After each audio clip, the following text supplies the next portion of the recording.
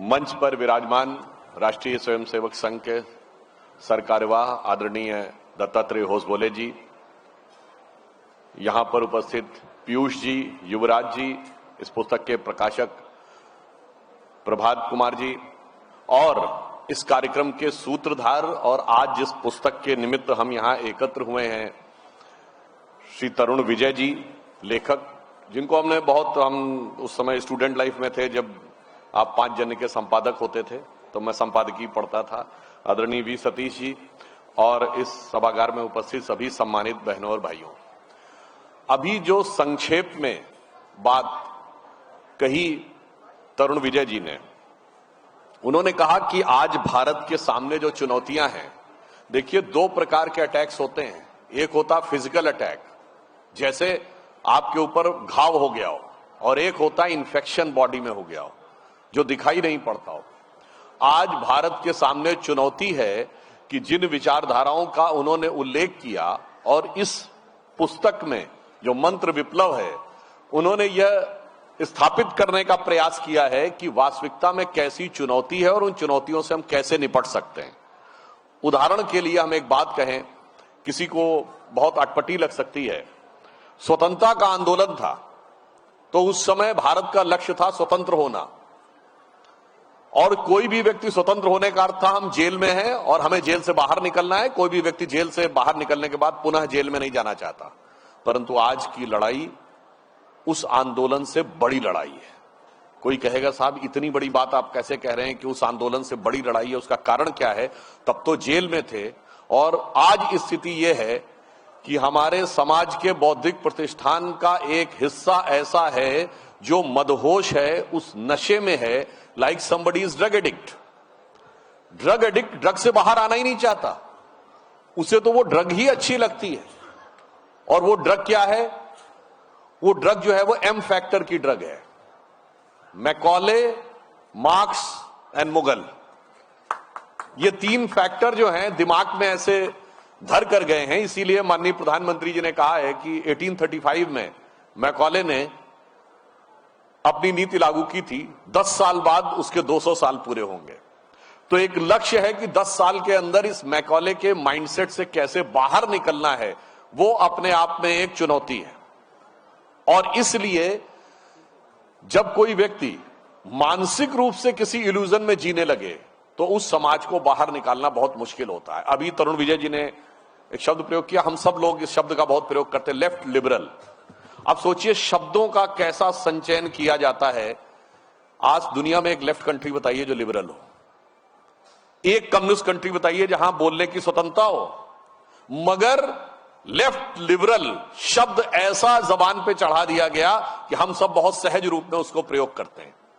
और मजे की बात यह है कि जो एक्सट्रीमिस्ट फंडामेंटलिस्ट मुस्लिम फोर्सेस हैं, वो भी कहते हैं कि साहब हमारी फ्रीडम ऑफ स्पीच को रोका जा रहा है, और लेफ्ट एक्सट्रीमिस्ट भी कहते हैं फ्रीडम ऑफ स्पीच को रोका जा रहा हो। जबकि मैंने कहा दुनिया में एक कम्युनिस्ट कंट्री बताइए जहां फ्रीडम ऑफ स्पीच हो, और एक मुस्लिम कंट्री बताइए जहां फ्रीडम ऑफ स्पीच हो। मगर मजे की बात यह है कि यही दोनों यहां फ्रीडम ऑफ स्पीच के सबसे बड़े अलंबरदार बन के खड़े हैं। और मजे की बात, एक मुस्लिम कंट्री बताइए जहां कम्युनिस्ट पार्टी बैंड ना हो, और एक कम्युनिस्ट कंट्री बताइए जहां तोप लगा के मस्जिद ना उड़ाई गई हो।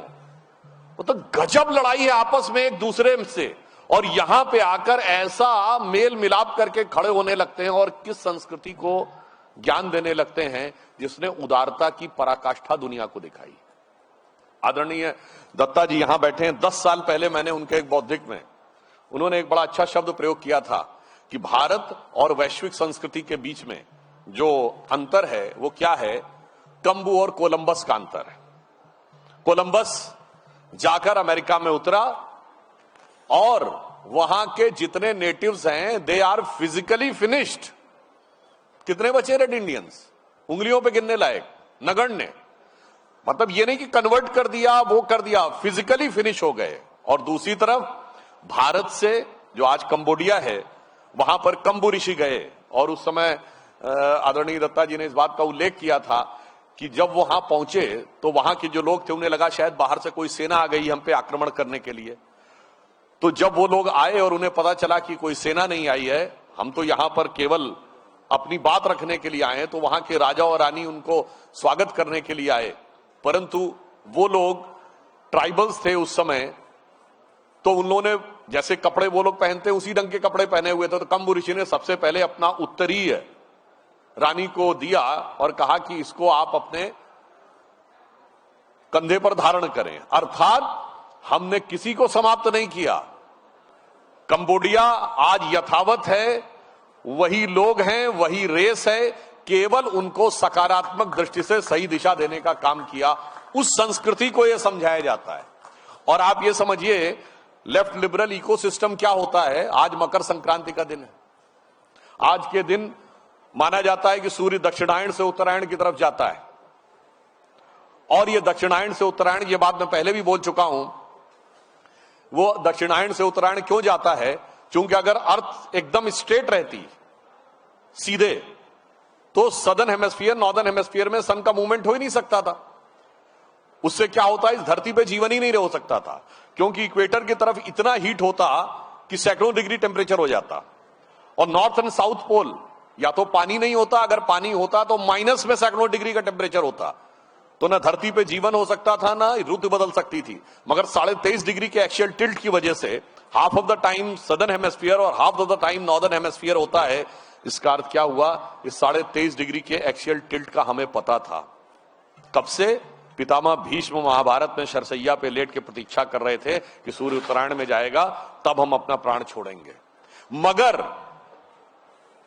धरती चपटी है, धरती चौकोर है, धरती स्थिर है। जिनके पुस्तकों में लिखा है उन्होंने हमें समझा दिया कि हम अवैज्ञानिक थे और वो वैज्ञानिक थे। ये वो चीज है जिसका तरुण विजय जी उल्लेख कर रहे थे, और ये पुस्तक उसको समर्पित है जो मैंने कहा ना कि वो मैकाले और मार्क्स की मैरिजुआना दिमाग में कैसे भर जाती है कि जो साक्षात सत्य है वो आपको नहीं दिखता। हेलुसिनोजन से व्यक्ति इस कदर प्रभावित हो जाता है कि उसे वो दिखाई नहीं पड़ता है, और इस कारण से हमें इस बात की आवश्यकता प्रतीत होती है कि जिस प्रकार की पुस्तक उन्होंने लिखी कि कैसे हम इस यथार्थ को समझ सकें। और दूसरी बात समझिए, मकर संक्रांति दक्षिण से उत्तर यानी सदर्न से नॉर्थ की तरफ जाने का प्रतीक है। और यहां मैं एक और बात भी कहना चाहता हूं। देखिए, वैदिक वांग्मय और नॉर्मल संस्कृत के वांग्मय में एक फंडामेंटल डिफरेंस है। दक्षिण से उत्तर की तरफ जाने को वैदिक संस्कृत में संक्रम कहते हैं, ऊपर जाना, और इसका अपोजिट है विक्रम, यानी नॉर्थ से साउथ की तरफ जाना। मगर लौकिक संस्कृति में विक्रम शब्द पराक्रम का प्रतीक है।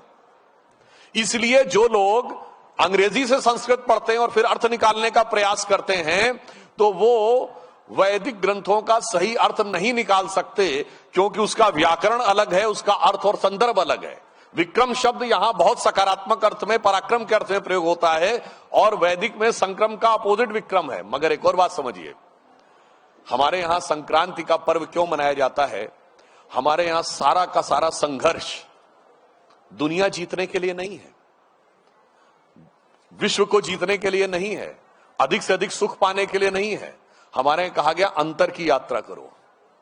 जब आप अंतर की यात्रा करते हैं और आध्यात्मिक यात्रा पे नीचे जाते हैं, तो हमारे यहां माना जाता है कि मनुष्य की जो सहज प्रवृत्ति है कुंडली की वो अधोगामी है। 7 चक्र है ना, नीचे कुंडली डाउनवर्ड्स रहती है, और जब आप उसको इग्नाइट कर लेते हैं, जागृत कर लेते हैं और ऊर्ध्वगामी करते हैं, तो क्या होता है, दक्षिण से उत्तर की तरफ यानी फ्रॉम लोअर टू अपर ये संक्रांति होती है। इसलिए भारत दुनिया का इकलौता देश है जो संक्रांति का पर्व मनाता है, अर्थात अपनी अधोगामी से प्रवृत्ति को ऊर्ध्वगामी ले जाने के लिए करता है। इसीलिए हम दुनिया के इकलौते देश हैं जहां क्रांति नहीं होती। चाइना की revolution, British revolution, French revolution, American revolution, Russian revolution, जहां दुनिया में बाहर पाना है वहां क्रांति है, मारकाट करना है। हमारे यहां कहा गया जीतना है तो खुद को जीतो, दुनिया को नहीं जीतो। अटल जी की जो प्रसिद्ध कविता है, हिंदू तन मन हिंदू जीवन रग रग हिंदू मेरा परिचय, उसी में एक पंक्ति है कि होकर स्वतंत्र मैंने कब चाहा मैं कर लूं जग को गुलाम, मैंने तो सदा सिखाया है करना अपने मन को गुलाम। गोपाल राम के नामों पर कब मैंने अत्याचार किया, कब दुनिया को हिंदू करने घर घर में नरसंहार किया, कोई बतलाए काबुल में जाकर कितनी मस्जिद तोड़ी, भूभाग नहीं शत शत मानव के हृदय जीतने का निश्चय, हिंदू तन मन हिंदू जीवन रग रग हिंदू मेरा परिचय। क्योंकि हमारे यहां वो जो धर्म है, संस्कृति है, विज्ञान है, आध्यात्म है, इस कदर जुड़ा हुआ है कि दूसरे वालों को समझ में नहीं आता है। अब कोई कहता साहब जब उनको समझ में आ जाता तब आप क्यों एक्सप्लेन करते हैं? भाई साहब हम तो पहले भी एक्सप्लेन कर रहे थे, आप केजी के लेवल पे थे, अब आप 10th के लेवल पे पहुंचे तो आपको समझ में आना शुरू हुआ और आप दोष हमको दे रहे हैं। जैसे ए फॉर एप्पल पढ़ाया जाता बच्चे को, ए फॉर एब्सोल्यूट भी होता है, पर एब्सोल्यूट समझने के लिए बुद्धि उसको कम से कम ग्रेजुएशन के बाद आएगी। अब वो ये कहे साहब जब मुझे एब्सोल्यूट समझ में आ गया तब आपने मुझे एब्सोल्यूट बताया। नहीं भाई, एब्सोल्यूट तो पहले से ही एब्सोल्यूट था, तुम ए फॉर एप्पल पे पढ़े थे, अब तुम एब्सोल्यूट पे आए हो तो तुम्हें समझ में आएगा। जैसे तरुण विजय जी भाजपा के प्रवक्ता थे, जुलाई 2012 की बात है, जब सन लेबोरेटरी में गॉड पार्टिकल खोजा गया और इन्होंने टीवी पे बोला था कि वो जो सन लेबोरेटरी में नटराज की मूर्ति रखी है और उसके नीचे फिर से कैपरा का जो कोट लिखा हुआ है, उसने कहा the science has come to the conclusion that the perpetual creation and destruction of universe is like the cosmic dance of Shiva. और हिग्स बोसॉन ने यह कहा है, फंडामेंटल पार्टिकल था, कि निरंतर फाइनर लेवल के ऊपर सृजन और विध्वंस होता रहता है। अब कोई कहेगा साहब मैं विनम्रता से कहता हूं, भारतीय और हिंदू संस्कृति एकमात्र संस्कृति है जिसके भगवान की मूर्ति किसी साइंटिस्ट को प्रेरणा देते हुए दुनिया की सबसे बड़ी साइंटिफिक लेबोरेटरीज में से एक में रखी हुई है। और ये ऐसे ही नहीं है, मैं हवा में नहीं कह रहा हूं। जिन लोगों को नहीं पता है उन्हें पता होना चाहिए कि क्वांटम फिजिक्स के 3 सबसे बड़े साइंटिस्ट हैं, मैक्स प्लैंक, वर्नर हाइजेनबर्ग और इरविन श्रोडिंगर, जो फादर्स ऑफ, और तीनों को नोबेल प्राइज मिला हुआ है फिजिक्स में। मैक्स प्लैंक ने 25 जनवरी 1931 को द ऑब्जर्वर के अपने इंटरव्यू में कहा कि in my opinion consciousness is fundamental and matter and energy are the derivatives. Werner Heisenberg ने 1958 में अपनी किताब फिजिक्स एंड फिलॉसफी में कहा कि ऑब्जर्वर को इक्वेशन से बाहर नहीं निकाला जा सकता। जो हम कहते हैं ना भगवान मुझे समझा दो, उसने कहा कि ऑब्जर्वर जो है वो खुद ऑब्जर्व का हिस्सा है, इसलिए उसको बाहर नहीं निकाला जा सकता। तो वहीं इरविन श्रोडिंगर ने कहा कि हम तो खुद मिस्ट्री के हिस्से हैं, इसलिए मिस्ट्री सॉल्व करना मुश्किल है। अब कोई कहेगा साहब इसका भारत से क्या कनेक्शन? तो किसी को कंफ्यूजन हो तो इरविन श्रोडिंगर की 1964 की किताब है my view of the world, उसमें पूरा एक चैप्टर है द उपनिषदिक वर्जन। और यह बात हमारे यहां तो इतनी सहज कही गई है। अब कोई कहेगा बड़ी भारी साइंटिफिक बात कह दी कि जब आप ऑब्जर्व कर रहे हैं तो उस समय आप जो एपरेटस है और जो ऑब्जर्वर है दोनों का एक साथ डिटर्मिनेशन नहीं हो सकता। जैसे उदाहरण के लिए पंखा तेज चल रहा हो तो आप या तो पंखे की पोजीशन डिटरमिन कर सकते हैं या वेलोसिटी। जब तेज स्पीड माप रहे होते हैं तो पंखा नहीं दिख रहा होता है, वहां पे केवल एक वो दिख रहा होता है, और जिस क्षण आप उसकी पोजीशन डिटरमिन करते हैं उसकी स्पीड गायब हो गई होती है। यही हाइजेनबर्ग अनसर्टेनिटी प्रिंसिपल था। हमारे यहां तो छोटे से दोहे में कहा गया है, जगत जनायो जी सकल तो हरि जान्यो नाही, जिन आंखिन सब देखिए आंख न देखी जाए। संपूर्ण जगत का ज्ञान जिस ईश्वर ने कराया उसे आप वैसे ही नहीं जान पाते जैसे आंखों के द्वारा संपूर्ण विश्व को देखने के बाद आप आंख को नहीं देख पाते हो। छात्र जीवन में जब मुझसे ये लेफ्ट लिबरल इकोसिस्टम वाले छात्र बहस करते थे कहां है भगवान, जब तक मैं उसको साक्षात न देख लूं मैं नहीं मानता। मैं उनसे कहता था अपना चेहरा देखे हो साक्षात जिंदगी में? नहीं, आपने अपने चेहरे का प्रतिबिंब देखा है। कोई व्यक्ति जीवन में अपने चेहरे को साक्षात नहीं देख सकता, सिर्फ उसका प्रतिबिंब देख सकता है। इसीलिए ईश्वर को भी उसका प्रतिबिंब देख सकते हैं, साक्षात नहीं देख सकते। और यह बात भी ऐसे नहीं, और जब आप ईश्वर को देखने की स्थिति में आएंगे तो आप अपने में से बाहर हो जाते हैं। जो कबीर दास ने एक दोहे में कहा, जब मैं था तब हरि नहीं, अब हरि है मैं नाही, सब अंधियारा मिट गया जब दीपक देखा माए। The moment I was there the God was not there, now God is here, I am my self has evaporated. यही तो हाइजेनबर्ग अनसर्टेनिटी प्रिंसिपल कहता था, simultaneous and exact determination of position and the velocity is impossible. और Heisenberg ने यह कहा कि वो भारत आए, टैगोर के साथ बातचीत किया और उसके बाद वेदांतिक फिलॉसफी पे गहरे डिस्कशन के बाद उन्हें कॉन्सेप्ट क्लियर हुआ। ये मैंने सिर्फ इसलिए इतना बताया कि जहां विज्ञान, धर्म और आध्यात्म इस कदर मिला हुआ हो, हमारी परंपराओं में मिला हुआ हो, हम पर्व मनाते हैं वो हमें पता नहीं हो, उन सबको उन्होंने क्या बताया कि साहब वेदों में सिर्फ अंधविश्वास है, भेदभाव है, सिर्फ इसी प्रकार की चीजें हैं। इसलिए जो तरुण विजय जी ने इस पुस्तक में लिखा है कि हमें उस प्रवृत्ति से संघर्ष करना है। इसको याद रखना चाहिए, रामायण में जब रावण सीता हरण करने के लिए आया था तो राक्षस के वेश में नहीं आया था, साधु का वेश धर के आया था। तो एक्चुअल में जो कुछ भी आपको आवरण दिख रहा है, इसके पीछे वास्तविकता क्या है, इसे समझना चाहिए। अंत में सिर्फ एक पॉइंट और आपको ध्यान दिलाना चाहता हूं। आजकल बहुत सारा जेन-ज़ी की बात होती है और यह माना जाता है कि जेन-ज़ी सोशल मीडिया से बहुत प्रभावित होती है। तो मैं उनको कहना चाहता हूं कि ये बताइए साहब, ये पानी की बोतल 10 रुपए की आती है, ठीक, पानी तो 10 रुपए का है, पर फेसबुक फ्री है, यूट्यूब फ्री है, ट्विटर फ्री है, इंस्टाग्राम फ्री है। क्यों भाई? सिर्फ इंटरनेट का पैसा देना है, क्यों फ्री दे रहे हैं?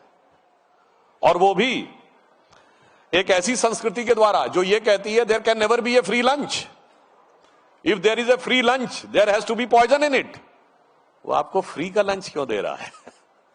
फ्री में क्यों दे रहा है? इसका मतलब कुछ ना कुछ आपके दिमाग में वो चीजें लाई जा रही हैं, उसे समझना चाहिए। और वैसे भी एक और मैं बात कहूं, थोड़ा सा विषयांतर होते हुए, फ्री लंच जब दिया जाता है, ये अमेरिकन प्रोवर्ब है, तो आसिम मुनीर को फ्री लंच दिया था डोनाल्ड ट्रंप ने, अब कहा है गाजा में फौज भेजने के लिए तैयार रहो। मतलब ये समझना चाहिए कि अगर बुलाया गया है, अब आसिम मुनीर साहब ऐसे फंस गए कि अगर गाजा में फौज भेजनी है तो घर में गए और नहीं भेजनी है तो वहां से गए। इसलिए ये जस्ट मैंने सिर्फ आपसे बात की, इसलिए आज की जेन-ज़ी को यह भी बहुत ध्यान रखना है कि जो कुछ आपको बताया जा रहा है, जो कुछ आपको दिखाया जा रहा है, जो कुछ आपको समझाया जा रहा है, वो क्यों समझाया जा रहा है, इसको बहुत गहराई से समझने की आवश्यकता है। आपके ब्रेन्स को कैप्चर करके एक पर्टिकुलर दिशा में ले जाने के लिए, और उस दिशा से यदि बचना है तो माननीय प्रधानमंत्री जी ने कहा है कि ये अमृत काल है 2047 तक, और इस अमृत काल में हमें न सिर्फ भारत को विकसित राष्ट्र बनाना, बल्कि गुलामी की मानसिकता के हर प्रभाव से मुक्त करना है। और गुलामी की मानसिकता का वो प्रभाव जो हमारे अंदर बैठा हुआ है, वो आज दुनिया को भी एक नया संदेश देगा। आपने देखा कि अयोध्या में धर्म ध्वजा और सोमनाथ में स्वाभिमान पर्व। अब देखिए, मैं सिर्फ कहूंगा काल चक्र की गति कैसे पलटती है। 1990 में आदरणीय अडवाणी जी सोमनाथ से अयोध्या की यात्रा पे निकले थे, और आज 35 साल के बाद अयोध्या में भव्य राम मंदिर बनके पताका बनाने के बाद प्रधानमंत्री जी सोमनाथ स्वाभिमान पर्व मना रहे हैं। यानी काल चक्र ने पूरी एक गति पूरी कर ली है। किसी को समझ में आए तो ठीक है, मानो तो मैं गंगा मां हूं, ना मानो तो बहता पानी। कालचक्र की गति किस दिशा की तरफ संकेत दे रही है, उसे समझना चाहिए। और अंत में यह भी ध्यान रखिए कि जो कहा था प्रधानमंत्री जी ने कि यही समय है, सही समय है, भारत का अनमोल समय है। हमें एकदम कॉन्फिडेंट रहना है कि भारत का यह वक्त आ गया है, और जेन-ज़ी को इससे यह शिक्षा लेनी चाहिए कि जेन-ज़ी के युवाओं जागो, पुनः नया युग आया है। जेन-ज़ी के युवाओं जागो, पुनः नया युग आया है, और भारत मां की शक्ति जगी है, धर्म ध्वजा लहराया है। और मैं, आदरणीय दत्ता जी यहां बैठे हैं, ये जो यात्रा हुई है 30-35 साल की, भारतीय संस्कृति के प्रति जिस प्रकार का आघात हुआ है, इसके बाद भी इस ज्वाला को, इस ज्योति को जिसने बुझने नहीं दिया, वो उस परंपरा के प्रतीक हैं। भी सतीश जी भी यहां पर बैठे हुए हैं, राष्ट्रीय स्वयंसेवक संघ से जुड़े बहुत से लोग बैठे हैं। आज वो जानते हैं क्यों नहीं धारा बुझ पाई। जो बचपन में हम संघ का गीत सुनते थे, हम केशव के अनुयायी हैं, हमने तो बढ़ना सीखा है, अंधकार में बंधु भटकते, पंथ बिना व्याकुल दुख सहते, पथ दर्शक दीपक बन तिल तिल हमने तो जलना सीखा है। तो जिन लोगों ने अपने को पथ दर्शक दीपक की तरह जलाया, जिसमें वो कहा था कि तृषित जनों को जीवन देंगे, मां अब हम मधुरित लाएंगे, सुर सरी देने हिमगिर के सम, हमने तो गलना सीखा है। क्योंकि ऐसे लोगों ने अपनी एक उस परंपरा का निर्वाह किया, इसकी वजह से आज राष्ट्रवाद की वह ज्योति प्रखर ज्वाला बनकर हमारे सामने आकर खड़ी है। बस हमें क्या करना है? देखिए साहब, ज्ञान तो ऋषि मुनि दे गए, कर्म का कार्य डॉक्टर हेडगेवार गुरुजी से लेके आज तक संघ के प्रचारक कर रहे हैं। अब बस उस कार्य की उपासना हमें करनी है। तब ज्ञान, कर्म और उपासना तीनों की त्रिवेणी से भारत मां की यह शक्ति पुनर्जागृत होगी। और आज एक और बिंदु कह देता हूं समाप्त करने से पहले, दुनिया में लड़ाई हो रही है, रशिया यूक्रेन की लड़ाई है, अमेरिका का वेनेजुएला के ऊपर, तो Iran, China Taiwan, America Iran, Cambodia Thailand, सब लड़ रहे हैं। किस चीज के लिए? या तो कब्जा कर लो, एनेक्सेशन, या सब्जुगेशन, या डोमिनेशन। मगर भारत में भगवान राम ने जब लंका जीता तो एनेक्सेशन नहीं किया, अपने राज्य में नहीं मिलाया, ना अपना कोई डिप्यूटी बैठाला, ना सब्जुगेशन किया, ना डोमिनेशन किया। पीसफुल कोएग्जिस्टेंस कैसे हो सकता है वो हमने दिखाया। तो इतिहास के उन बर्बर आक्रमण के समय से लेके इतिहास के उस दौर में हमने जो दिखाया है, अटल जी ने इसको अपनी कविता की पंक्ति में बहुत अच्छे ढंग से कहा था। इसीलिए हम आज जीवित हैं कि दुनिया का इतिहास पूछता रोम कहां, यूनान कहां है, घर घर में शुभ अग्नि जगाता वो उन्नत ईरान कहां है, दीप बुझे पश्चिमी जगत के छाया जब बर्बर अंधियारा, तभी चीर कर तम की छाती चमका हिंदुस्तान हमारा। और शत शत आघातों को सहकर जीवित हिंदुस्तान हमारा, जग के मस्तक पर रोली सा शोभित हिंदुस्तान हमारा। इसलिए आप आश्वस्त रहिए, भारत के राइजिंग का समय आ गया है। बस हम वर्तमान को सही संभालें कि गौरवशाली था भूत प्राचीन काल, भविष्यत भी महान है अगर संभालें आप उसे जो वर्तमान है। धन्यवाद।